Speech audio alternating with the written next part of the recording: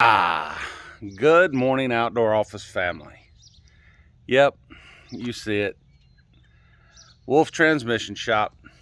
Daryl's going to help me today on the Yukon.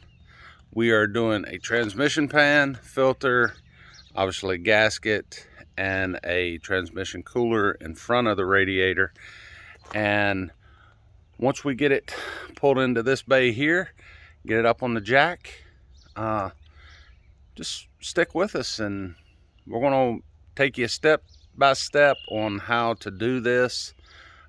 Pulling the pan, pulling the filter, draining the oil, putting everything back.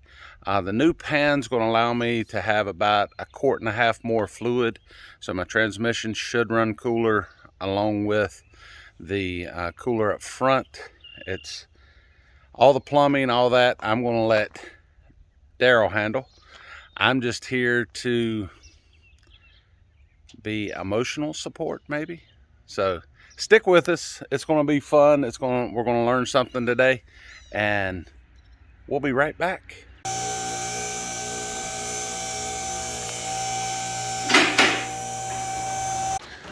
All right, guys, she's up. Here's the pan. 10 millimeter looks like. We're going to take this pan off. We got the new pan over here on the side. So Daryl's getting everything ready to go. Does anybody know what this is? I hope so. All right, but we're worried about this today. So let's get started. Let's have some fun. All right, here's the new pan. Got it broke loose. I'm getting all that old fluid out of there. Hopefully we don't find any metal shavings, right, Daryl? Yep. That's going to be the... So we'll figure it out. This is not a cheap transmission to fix.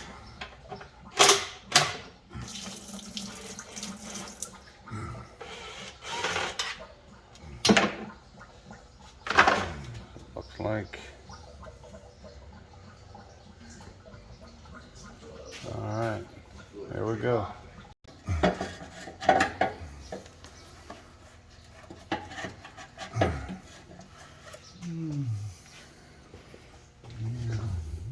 Drop this exhaust on this one. All right.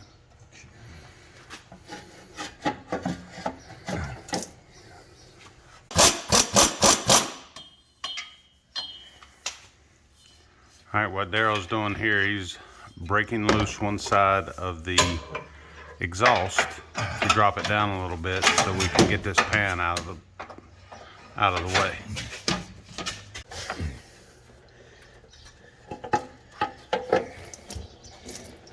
All kinds of little fun stuff up in there. There's the filter right there. This black piece here.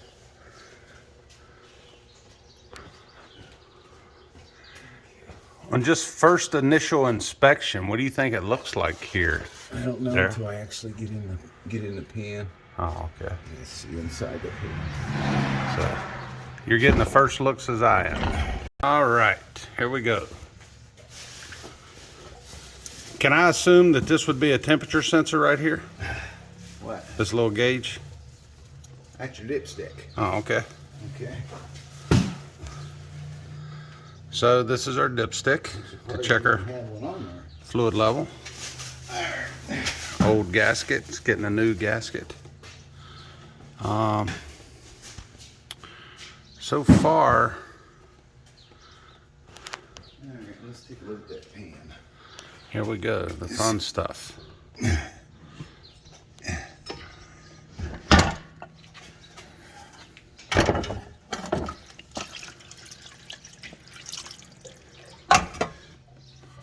Got a little bit of friction material on here. It's normal for that kind of miles. Okay.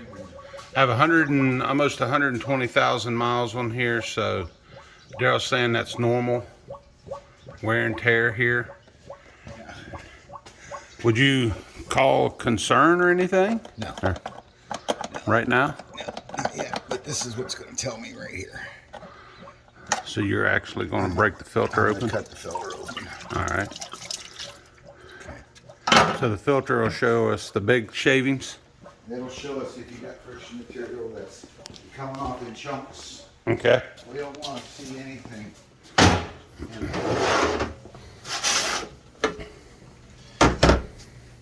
So here's the material he's talking about right here. That's just metal, little metal shavings right there. Actually, that's clutch material. Oh, clutch material? This is clutch material. Okay. So, cool. Learning as we go. So next steps, cut this thing open and find out what's inside. it's borderline. New transmission fluid. That's the color of mine here. So Daryl's telling me, you're saying it's borderline as in need to be changed? Well, no, it needs changed. Okay. But as far as telling me any damage or anything that's in there, Right. if it's dark black or brown, it's done. So, oops. What's good about Daryl here, he's taking pictures, and what he does is he documents as he goes through when he's doing his jobs. So he has photographs of all the documentation of what's going on, and that's one reason I'm out here, just because of that. We don't need that no more. 'Cause you put anything on it. Goodbye. Hey, you're good scrap price out of that. So this is how you break into the filter here. Just like that. We'll find out what's in it. I mean, you're going to have a little bit of this, all right, because you got 100 and some thousand miles on this thing. Yep. Could be little fragments of thrust washers, or maybe bushings and stuff, just normal wear and tear. But as far as major internal damage, yeah, I'm not seeing where you're going to have any major problems. I mean, you're Okay. going to see a little bit of that. What I don't want to see is chunks of black clutch material. Is what I don't want to see. Okay. Like on this set of clutches over here. This stuff here, I mean, the lining on this is really not very thick. When you start to see chunks of this stuff in the filter, you got problems. okay. Or like in this band, this has got a lining on it, and you'll get chips and chunks of it, and it starts floating through the lining, and then it starts hanging out valves. Okay. So, All right. So for 120,000 miles, we're looking pretty good. Hey, learning every day, every minute. down in there and sits. Okay. Transmissions are not what people think, full of fluid. All They right. got a lot in them, but most of it's like in the torque converter and the clutch packs and stuff like that. All right. when your car is running, your fluid level, the proper fluid level is going to be at this hole, Okay. which is this is the sump. Okay. This Okay. is what sucks it out. So, based on what I'm seeing here, actually, this pin here, this sump is different. So let me see this dipstick too here. All right. I'll tell you what, on this specific application, I would use the dipstick. Right. What you don't want is you don't want fluid up in overfull up inside the drivetrain, because what that does is introduce air into the system because it foams up. Okay. It's like getting air in your brake line. Okay. Okay. If you get air in your brake line, you get spongy brakes. Same Right. thing in a tranny. If you get air in a transmission, or it's foamed up because the fluid's up into the mechanisms and stuff, you'll get air in there. Well, this is a hydraulic unit. You won't get full pressure in the clutches. You'll start slipping. So Okay. based on what I'm seeing on that filter and that hole we're not going to use. We're going to use this dipstick. Okay. The reason is that filter is going to be down here. It's okay for it to be above the filter, Right. as long as it's not up in the drivetrain. So we're Okay. going to go ahead and use the dipstick. We'll plug that hole, and you'll use the dipstick from here on in. All right. Which is okay, because the fluid level It's going to be right there. is going to be right about in here, and that filter is down here. So a filter can be submerged, but in a normal transmission situation, the pan is not full of fluid. The pan is actually, the fluid's just above the filter when it's running. And when you shut the car off, the converter drains off and the fluid level goes up when you start the car, and the fluid level goes down. But you don't want it below here because you'll suck air into the system. Right. Okay. I think this pan calls for like 1.5 quart more than my normal pan had. So my normal pan had 6 quarts, and this calls for 8. Okay. Yeah. From what I've researched. This setup here might be for another application. Right. But based on the sump, now if this sump was sticking down, right, because some of these have a nozzle that sticks down, then I would say, yeah, that would work. But being that it's at the level of the sump, no, right. We're not going to use that. We'll use the dipstick. Perfect. Okay. And there's our plug for it. Okay, we'll go ahead and Teflon this. All right, we're going to put some Teflon here, reinsert the plug. Obviously, this is transmission drain here. We'll probably put some Teflon on that too. So you could probably, I mean, I don't know about this pan. Yeah. But a temp sensor probably could be easily put in there. Okay. That might be for that too. So all right. I don't know because I'm not familiar with the pan. So if it's not for fluid level, it could be for a temp sensor. Okay. Okay. Because it is an aftermarket temp. An aftermarket, yeah. Okay. An aftermarket temp sensor. So that's probably what it's for. Perfect. Well, let's get these plugged up and we'll start reinstalling this here before long. All right, what Daryl's removing is the seal for the filter that goes up in here. So we're gonna put a new one of those. And it is right, where did it go? It was, oh, right here it is. Here is the new one. It's in the paper right there. So we're getting the old seal out. We'll put the new seal in. And this right here is what the filter goes up into. So learning. New seal going up in right now.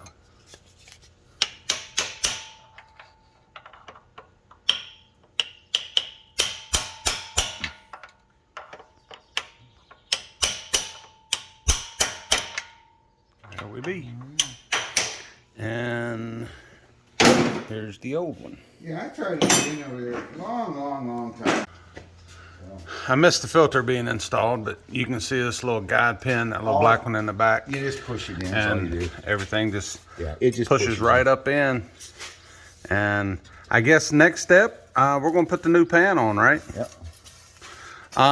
Talk to me about the cork gasket compared to rubber or fiber or whatever. What's your opinion about? Rubber gaskets leak. You don't get a nice seal with them. Like I say, when I buy an AutoZone filter kit, if I need a filter from my supplier, and my supplier doesn't have a filter, I get one from AutoZone. Yep. I take the filter out, use the filter, take the rubber gasket, and I throw it right in the trash can. They leak bad. Best thing is fiber gaskets or cork. Never put anything on them like silicone on a cork, because it just makes it slippery or squeak or squeeze right out, bust or pinch the gasket.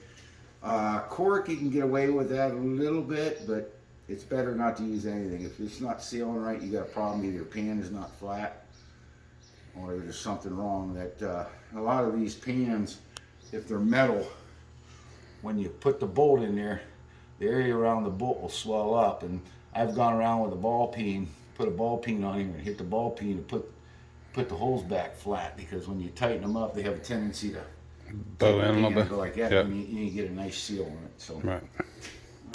So we're going back with a cork gasket. That's what came with the filter plug, or I'm sorry, the filter gasket here. So this is what we're going back with. All right, we're getting the pan installed here. Look at that. There we go. Slid right up in there. If you ain't cheating, you ain't trying. So I'm gonna give you a hand here. So I'm gonna try to help hold and video at the same time. So we'll see how this goes. Very flat.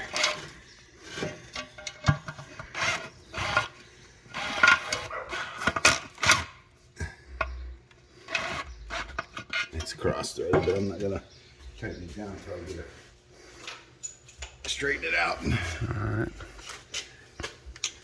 We're gonna get a couple more in here. A little longer. There you go. All right.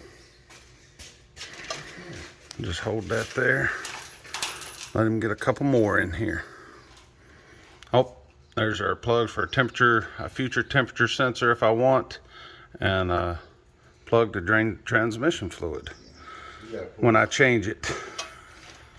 And how often do you recommend changing your transmission fluid and filter?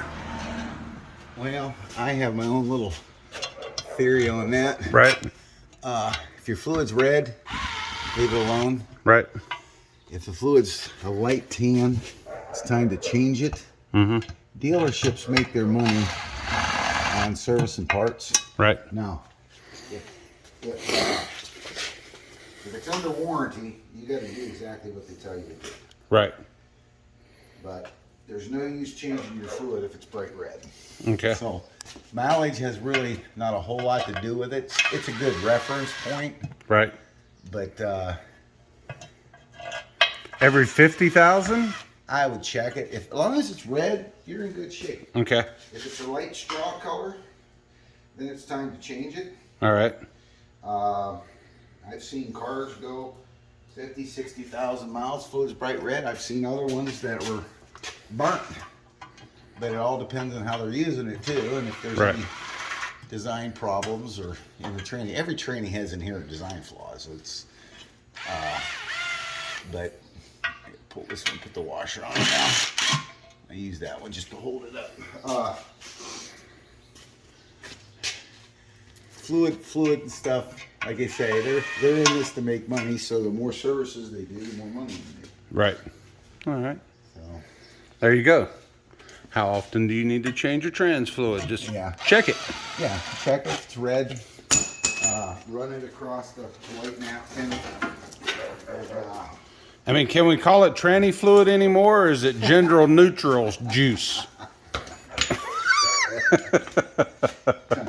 Country's gone freaking crazy. So, all right, we'll be right back. Harold's over there picking his nose. I'm gonna. When you're putting all your bolts in, you want to leave them a little bit loose till you get everything in to make sure everything lines up. And then when you go around, would you tighten your bolts like starting from one side and going all the way around, or do you hop back and forth like you would a lug nut pattern? Well, I just kind of hop back and forth across and stuff. Okay. It's not like an intake manifold or anything like that, but you want to draw it up even. Right. And then once you're up, then you just torque them down. You just rock it around. So on this 10 millimeter socket head cap, are we talking 50 foot-pounds? Oh, hell no. These are probably going to be about, probably about 100 inch-pounds. Oh, okay. On these. Nice. Let's get all these in and we'll be right back. All right, here is our transmission fluid that we're going to put in. It's a Dextron V1. It's a full synthetic automatic transmission fluid. This is for our vehicle, for the Yukon XL 2015. Look how pretty that is. Look how pretty. Nope, now we gotta tighten the exhaust back up because we had to get it out of the way a little bit. And we gotta put the drive shaft back on right here. And this cross member we had to loosen to get it pulled down so we get the new pan in. But those bolts up here at the exhaust manifold head, the top one's the hardest to get to, right? Yep. That's why I moved the drive shaft. We're gonna. Like, most people take drive shaft out, right, and they take the exhaust down on both sides. But right. Like I say, if you ain't cheating, you ain't trying. So. But it's together right though, so let's just keep that in mind. Let's get this together, and what's next? The cooler? Yep. All right. All right. Next step, we are going to start installing the cooler. But we're taking this big pan off right here. It's a skid plate. To get up inside here, to figure out where all the lines are coming from. y'all gonna want to stick around because what? There it is. Skid plate out of the way. Look at there. Okay. Now you can get the stuff and work on it. Yeah. So, what do we got going on here, Daryl? Well, I gotta figure out which one's going where here. All right. So, all right. Does this have? It's gonna take me a minute to figure this out. All right. Once we get it figured out, we'll be back. You got a 6L80, which tells me that the bottom line on the transmission is the return line. Okay. So what we want to do is we want to feed the top line to the radiator, come from the radiator to the new cooler, and from the new cooler back into that bottom line. That way the cooler flow is not heating up. What would happen is if we had it backwards, transmission fluid would go into the new cooler that's out front, then it would go into a radiator, it's hot, and it would heat it back up and put it back in the tranny. What we want to do is go from the tranny to the radiator, which is cooling it some, okay? Right. Even though it's hot, it's still cooling it. And then from there, go to the cooler out front that's getting fresh, cold air, and then send that back to the tranny on the bottom line. That's why I looked this up. So the bottom line is the return line? Yeah, you have a 6L80 in here, so the bottom line is the cooler return line. All right, the 6L80 is what he's talking about is the model number of the transmission that's actually in my Yukon. Yeah. So, all right. Yep. Well, now we know. Let's go run it. Plumb it up. And we're coming down to get into this part. You understand what I'm talking about when I tell you about that cooler flow, right? And the bottom line is the return back to the transmission. Bottom line on the tranny. Bottom line on the So tranny. I have to trace that up to find out where it's coming from. Okay. So when we put the new cooler on, we want to make sure that the line, top line of the tranny, is going to the radiator. Okay. And then from the radiator To the cooler. And then from the cooler to the bottom line on the tranny. Perfect. And we're going Every tranny's different. So Okay. You'd have to look up. Now on a 6L80, 6L90, yeah, the top line is the feed and the bottom line's return. But every tranny's different. Just because you have one on the top and bottom, right, doesn't mean it's the same on a different tranny. You have to look it up. Same thing like on a, you get a 4L80 and stuff. Usually the rear line is the return.